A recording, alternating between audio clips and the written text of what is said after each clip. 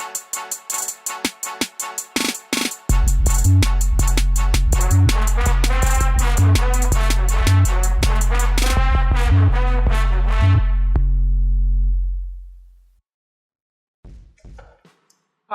welcome back.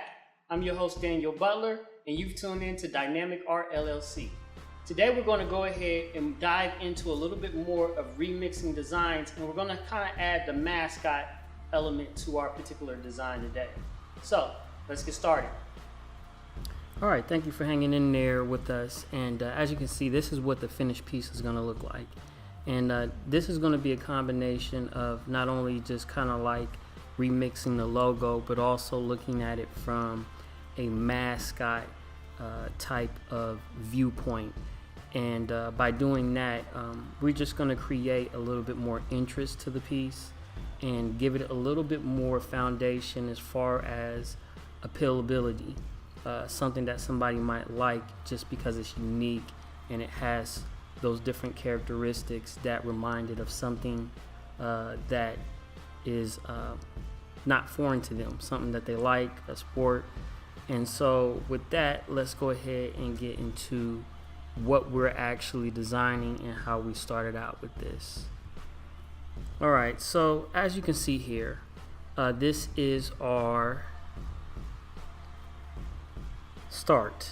And what I did was I decided that I was going to draw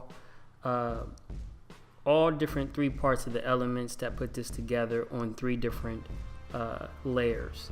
And the reason I did that is because I wanted to be able to have the ability to use these different pieces as I saw fit. If I didn't like one part, I wanted to be able to take it out without redoing the entire piece.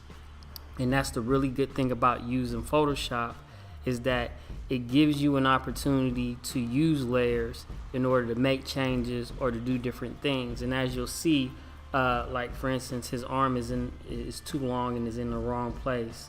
We'll change that as the design goes on. So we're going to start off first with the actual cat, and let's go ahead and bring those layers in, and let's take out our other ones first. We're going to take out our seat, and we're going to take out our guy here. Now, starting off with the cat, one of the things that I had to do was anytime you're creating something like a panther or something that's illustrated and it has a lot of black in it, it's hard to show fur and texture because everything's black.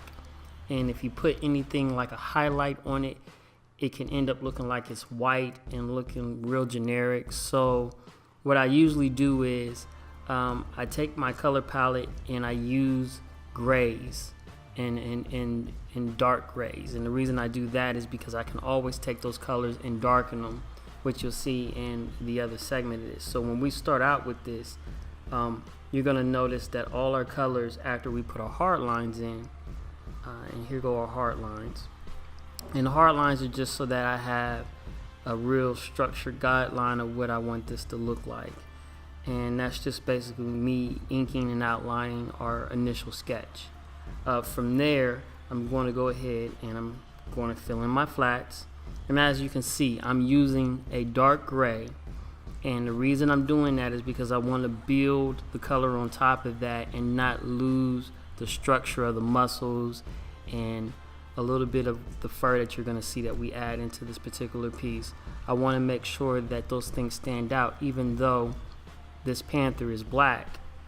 And so from there, we're going to go ahead and start adding on our shadows and our details. And as you can see, it looks like it's black, but these are really just really dark color grays that I actually added in with the details. And as you can see, you know, if you get real close to it, you can see where I'm adding the effects of fur and the different things of that nature, but we're not losing the structure of the actual cat itself. And that was important because I still wanted to have a lot of detail in the actual piece that we were going to lay out. From there, we went into basically adding on our seat, and I like I said, I did these all separately. So you will bring in our construction lines first, and as you can see,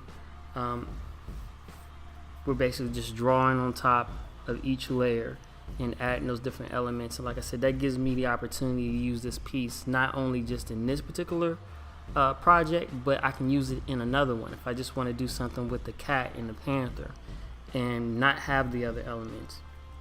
I have that ability because I save these on separate layers. And so from our sketch, we'll go to our outline, and we can get rid of our construction lines because they're not needed. And from there, I just basically add our flat colors in, and we'll go into an area where we're building our shadows and then the colors for our primary scene. And as you can see, when we do our flat colors, it looks real generic, but as we move forward, we start adding in a little bit more of our details and shadows.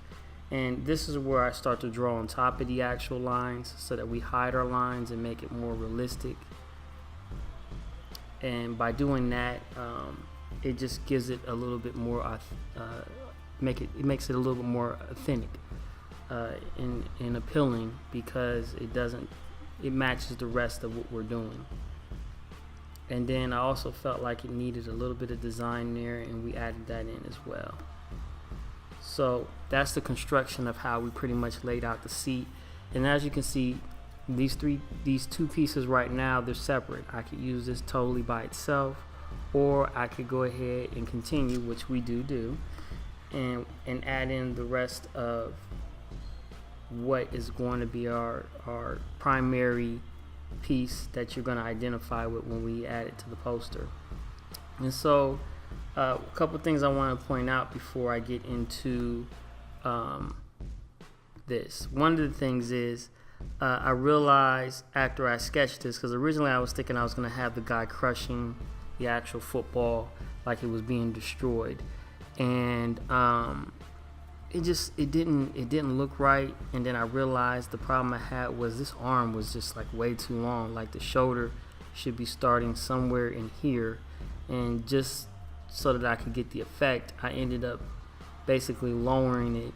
But I liked the overall structure of the rest of it, so I didn't feel like changing that. So what I did was I cut this particular piece out and edited, and basically I decided at that point that we were going to just bring it down like he was holding the football against the panther as they move forward, kind of like they're getting ready to charge.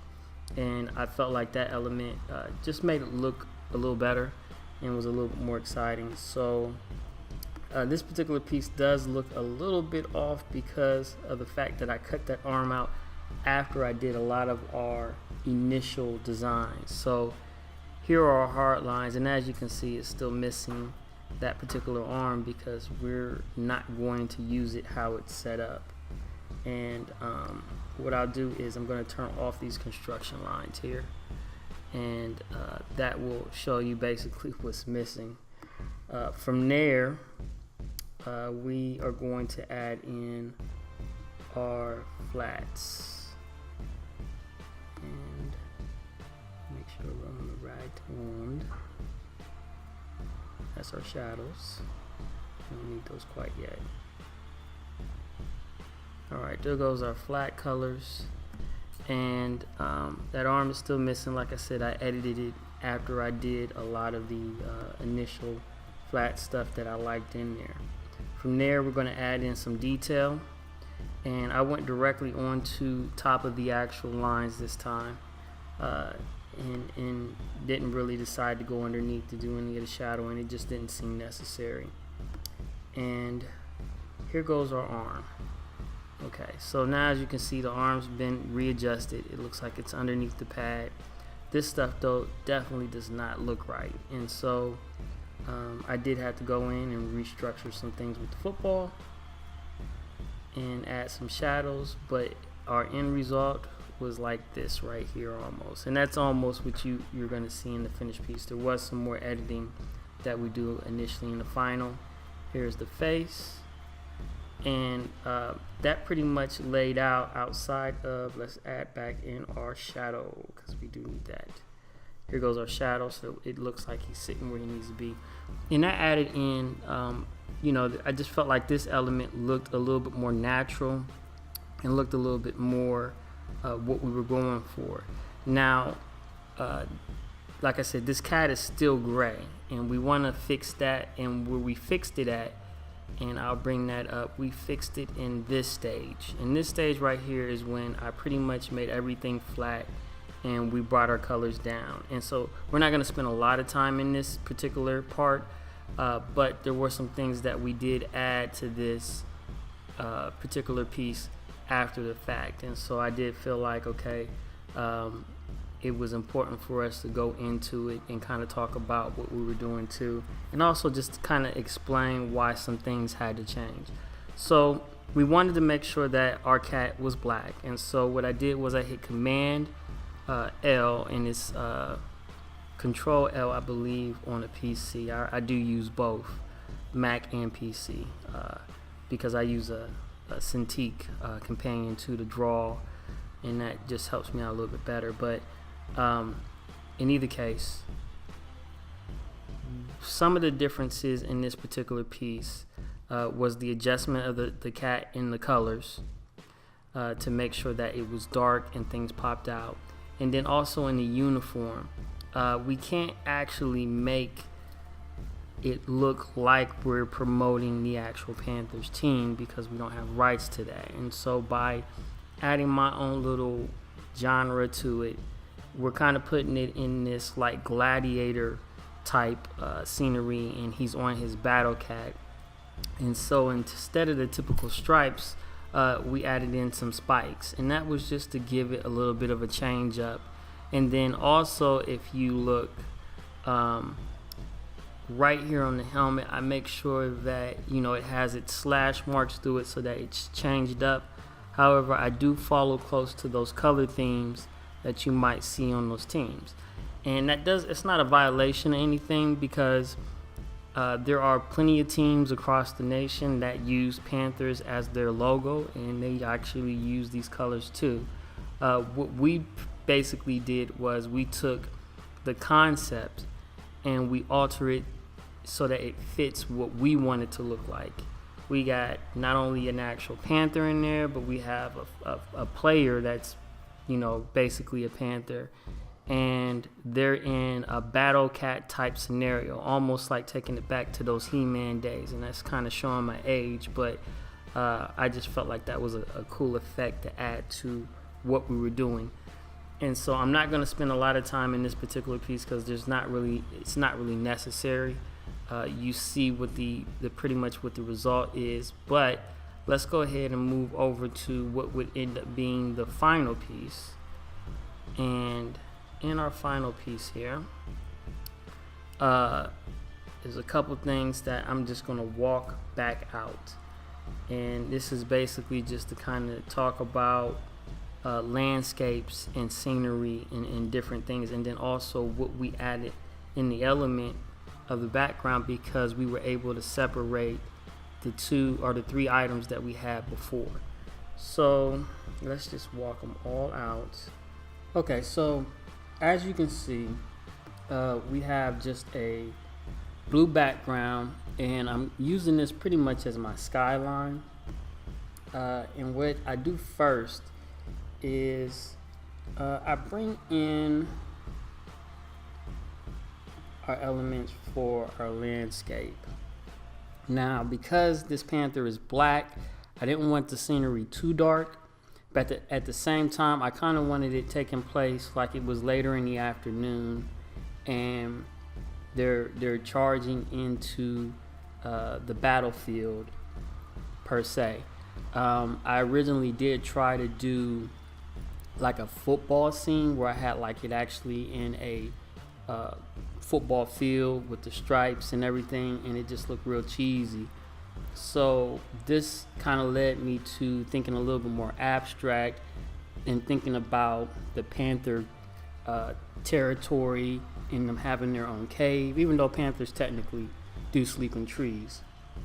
This was just kind of like my way of throwing in a little bit more of my element of, I don't want to say sci-fi, but just a little bit of something different. I didn't want to take away from not having grass in there, so we created an effect where it was kind of like misting out. And you know, it only shows up in the background in certain areas where there were steps. So from there, the next part that was pretty much added in was our mountains. But before I add that in, we had an actual outline that I'm gonna pull up here. And this was the outline for our actual mountains. And as you can see, pretty primitive on the sketch.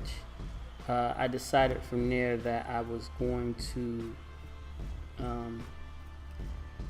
really just paint underneath the sketch lines. I didn't want to do hard lines for this because I needed it to look a little bit more natural. And so this is just painted in on top of or underneath our hard lines just to get an idea. From there, I decided to go ahead and start adding in a little bit of our greenery. And as you can see, this is just the greenery underneath. And then we also wanted to add it into our actual scene. Now, this stuff was all kind of like blocked in, and you know, if you zoom up on it, you really couldn't see that much detail. So I did do something unique here. I decided that I would go ahead and create my own brushes and make them plants and different things that I would have in this background. And that's kind of what that element here is bringing in. And we'll take out we're going to take out our sketch lines here so that you can get a better look at things. And let's go ahead and zoom out just a tad bit. Alright, so we've got a nice little scenery going on here, and I decided that we're going to take our cat and we're going to utilize him. We're going to bring him in and make him more than one. And as you can see here, as I zoom in, I just basically decided to redo this leg, but our cat pretty much, you know, using that one design, we're able to add an extra element to what we're doing. And that's why it's important sometimes to keep a lot of your designs on separate layers, because you can have a multiple use for them. Here goes one more cat just to add to our scenery. And this is stuff that's in the background, but you know, just having that extra element is what makes it unique and makes it stand out a little bit more. So let's add in our shadows there for our background, and let's go ahead and start adding in a little bit of our scenery.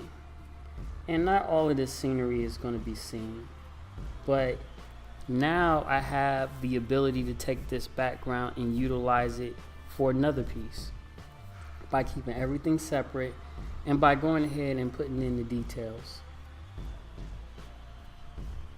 Zoom out a little bit more here. There you go. As you can see, all the elements that we've added in. Now we're going to go ahead and add in a little bit more of our background, and that just gives it a little bit more play on distance. And then also our cloud effect, you know, it just gives it a little bit more perspective and keeps it from looking flat. And that's key when it comes to just making an overall design. You want all elements of your particular illustration to have people looking and still figuring out exactly what's going on. From there, we're going to go ahead and add in our main character, and bammo, whammo. As you can see, we've got a pretty much finished piece here. Keep in mind, you know, when you're doing these particular designs, that it's okay to be creative, because you're remixing, whether it be that logo or that mascot, and you have to show your originality in your particular design. This can also lead to other opportunities when people see that you can take what they have and alter it to make it unique and give it a different spin. There were a couple things that I probably could have did to this to make it a little bit more mine, and that would have probably been, you know, make it a little bit more, I don't want to call it distorted, but I could have made it a little bit rougher when it comes to how gritty it could have been. But I kept this piece pretty clean, and a lot of that is just due to the fact that I wanted to be able to show you something in the different sections of how it was created. So I hope you've enjoyed what I've showed you today, and hopefully you'll tune in for our next video. We'll dive a little bit more into scenery and landscape in the next one, and as you can see, they kind of hop into their different sections. You'll see a little bit of this and a little bit of that as we move forward, and just really a great fun piece to work with, and I hope that you enjoy it. So don't forget to hit that subscribe button, and I hope to see you in the next video. Please subscribe so that we can blow up this channel. Have a good day.